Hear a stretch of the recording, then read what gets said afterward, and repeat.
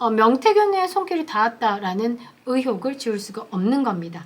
그래서 지금 국민의힘이 당무감사를 진행하고 있고 이준석은 자신을 겨냥한 거다 분노하고 있는데 그냥 입 좀 닫고 기다려 보는 게 맞을 것 같습니다. 반갑습니다. 보수의 품격을 담은 정치 해석 김영윤 TV입니다.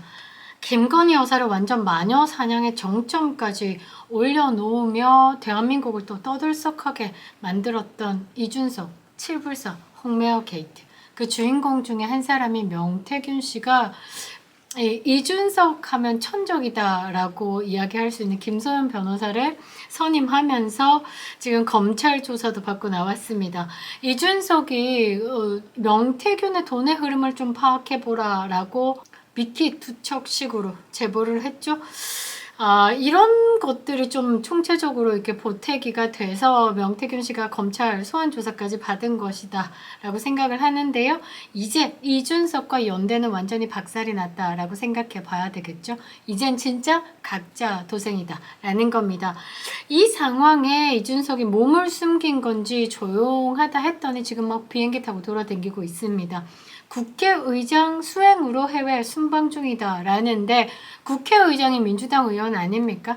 수행하면 보통 민주당의 의원들이 수행을 하는 거지 개혁신당 의원이 뜬금없이 수행을 하는 거 보니 정치판 좀 끈끈함이 좀 있는지 이준석 몸을 숨기는 것에 좀 도움을 주고 있는 것이 아닌가 의심스럽기도 하는데요.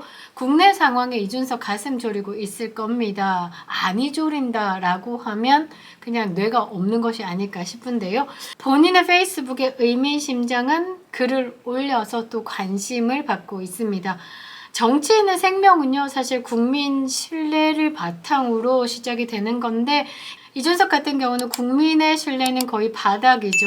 이준석의 하버드 학력 사기부터 시작해서 지금 칠불사 홍매화 사건까지 이제 진짜 정치 인생 마감해야 될 것 같습니다. 영상 시작하도록 하겠습니다. 시작 전에 구독과 좋아요 버튼 꼭 눌러주시고요. 끝까지 시청 부탁드리겠습니다. 진짜 큰 힘이 되고 있습니다. 자, 한국에 있을 때 하지도 못해가지고 뭐 우물쭈물 하던 걸 출장 중에 막 떠드는 게 작전처럼 보이고 또 한심해도 보이는데요. 일단 눈에서는 사라지고 지가 하고 싶은 말은 올리고 이거는 좀 다급함이 묻어난 것이다 라고 저는 해석을 하는데요. 이준석이 이번에 명태균 사건으로 인해서 좀 손상을 많이 입었습니다. 이준석을 지지하는 그 펜코마저도 이준석의 존재 가치 자체를 다시 생각하게 되는 것 같다. 데요. 지금 국민의힘에서 이준석 전 당대표에 대한 당무감사를 시작했다라고 합니다. 사실 이게 이준석을 겨냥한 게 아니라 이건 김영선 전 의원의 공천 의혹과 관련돼서 누군가의 개입이 있었는지에 대해서 좀 훑어보고 있는 것이다 라고 보는데요.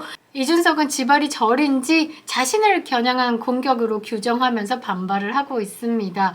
최근 뉴스토마토에서 단독 보도로 이 모든 것이 시작된 칠불사 회동에 대한 기사가 나왔죠.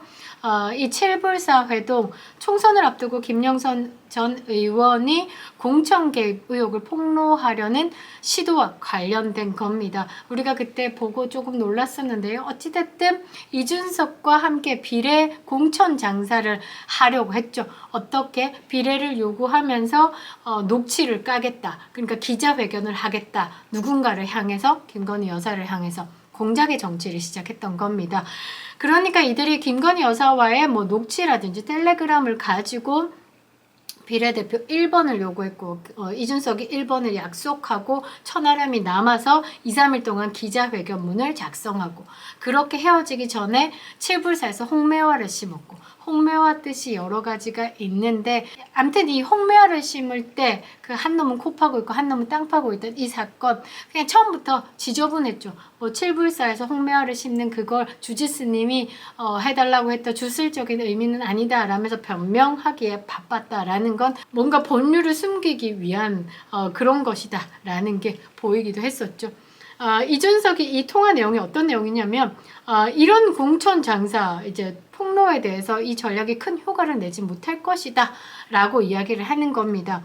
김건희 여사가 공천에는 개입했지만 한동훈은 공천 개입을 하지 않았기 때문에 한동훈만 부각될 것이다.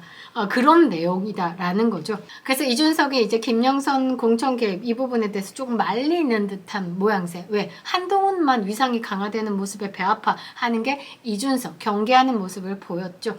그러니까 한동훈은 김영선 전 의원이 능력이 안 된다 또는 자격이 미달이다 라고 해서 컷오프 단칼에 결정하면서 당의 원칙을 정확하게 지킨 당대표 그런 게 좀 강조가 됐다. 한동훈의 입지가 더 강화될 거다. 이게 배 아파 안 되겠다 하는 그런 내용이 담긴 겁니다. 그래서 이 세 사람 간의 이제 논의 과정은 굉장히 정치적으로 껄끄러운 장면을 남기게 된 거죠. 김영선 의원 같은 경우는 완벽히 정치판에서 이제 퇴출이 될 것으로 보이는데요. 김건희 여사와의 관계에서 소통하면서 대통령 만들기에 또 기여했던 인물이기는 하나 공천이 좌절되자 당으로 이제 개혁신당으로 쭈루루 달려가 녹취록이 있으니까 요거 갖고 비례 1번 요구하고 김종인한테 찾아가고 이러면서 배신 행위 좀 지저분한 행위를 했다라는 평가가 나오게 되는 거죠. 그리고 이 모든 것을 기획했다라고 하는 그 명태균 씨는 사실 한동훈 입장에서는 협작꾼이다 라고 얘기하고 민주당 입장에서는 정치 브로커 이렇게 얘기를 하죠. 명태균 씨와 함께 했던 사람들만 정치 컨설팅으로 이야기를 하고 있는 건 지금 명태균 씨의 마지막 행동 그동안에 어떤 공이 있었는지 모르겠지만 마지막 행동 자체가 정치적으로 인성을 의심받을 수밖에 없는 행동이기 때문이다 라는 거죠. 김건희 여사와 윤석열 대통령에게 매우 죄송스럽다라는 뜻을 표명함으로써 명태균 씨가 그동안에 악의를 가지고 한 것이 아니다라는 게 조금 더 이제 부각되기도 했지만 어찌됐든 공천이 좌절된 김영선을 이제 친분이 있던 이준석에게 데려가서 공천 장사를 하면서 공작을 하려고 했다라는 점 그 점만 보면 도덕성이 의심된다라는 상황이죠. 이준석은 그냥 나가리 된 겁니다. 정치인 이미지 그동안에 쌓아왔던 개혁 청년의 정치 이런 거 다 없고 그냥 구태 정치, 공작의 정치, 협작의 정치 구린 놈으로 비판과 평가를 받는다라는 거죠. 그리고 명태균 씨 이야기가 한참 막 물 오를 때 옹호를 하는 단 한 사람 이준석이었습니다. 원래 이준석의 스타일 같으면 김건희 여사의 이름이 거론되는 순간 개거품을 물고 달려들어야 하면서 강하게 비판을 해야 되는데 유독 명태균 씨와 함께 거론된 이 부분에 대해서는 침묵을 유지했다라는 모습에 성상남 무고죄에 대해서 무혐의 받은 것과 딜하지 않았나라는 의혹이 일기도 했고 의아하다는 평가를 받기도 했습니다. 아무튼 이 두 사람 간의 녹취가 공개되고 2022년 당시 김영선 공천 배경에 대해서 확인할 필요가 있다라고 지금 언급이 돼서 국민의힘 에서 뒤지고 있는 거죠. 당시 공관위원장 윤상현이었습니다. 이준석이 반발을 하고 자신에게 뭔가가 있을 거다라는 것을 알고 있기 때문에 이렇게 지랄 발광을 하는지 모르겠는데 자 김영선 전 의원도 사실상 창원 의창구에서 갑툭 튀었습니다. 이때 한번 보겠습니다. 미래한국연구소가 당시 지역 언론과 공동으로 5차례에 걸쳐서 창원 의창구 보궐선거 여론조사를 PNR에 의뢰했습니다. 갑자기 생각나는 게 이준석이 김영선이 상대 후보를 이기는 여론조사 몇 개 들고 와봐 공관이 입막음 좀 하게 라는 말을 강혜경 씨가 국감장에서 얘기를 했죠. 그 부분인 것 같습니다. 첫 조사가 그해 4월 25일에 공개가 됐는데요. 김영선 한나라당 전 대표 그때 당시에 경남 도의원 더불어민주당의 김지수 의원이었는데요. 둘 다 한 사람은 당의 전 대표를 달고 나왔고 이 한 사람은 도의원으로 달고 나왔으니까 그 비중 자체가 좀 차이가 나겠죠. 그래서 김영선 의원이 42.4%를 받습니다. 김지수 더불어민주당 의원이 21.9% 받습니다. 너무 웃긴 게 김영선 전 의원이 2006년입니다. 2006년에 6월 16일인데 박근혜 당시 한나라당 대표가 사퇴를 합니다. 그래서 새 지도부 선출을 위해서 전당대회가 열리기 전 잠깐 30일도 아니고요. 24일 동안 초단기 당대표를 지낸 적이 있습니다. 요거 하나 초단기 당대표 요거 이력 하나 들고 나와서 초단기 빼고 당대표 그거를 설문지에 빡 넣은 거예요. 그러니까 사람들 입장에서 당의 당대표라는 무게감이 있기 때문에 이쪽으로 쏠린다라는 거죠. 그리고 또 이런 여론 조작, 그러니까 마사지 의혹과 관련해서 여러 사진들이 돌고 있는데 천하람, 이준석, 명태균 세 사람이 함께 고속버스 터미널 같은 곳에서 찍은 사진들이 돌고 있죠. 요게 여론 마사지 회동을 입증하는 증거로 언급되고 있다라는 게 국민들이 많이 공감하고 있지 않나 생각하는 거죠. 특히 명태균의 페이스북에 올라온 2021년 6월 제주도에서 이 사진을 보면요. 이준석과 명태균 씨가 찍힌 사진입니다.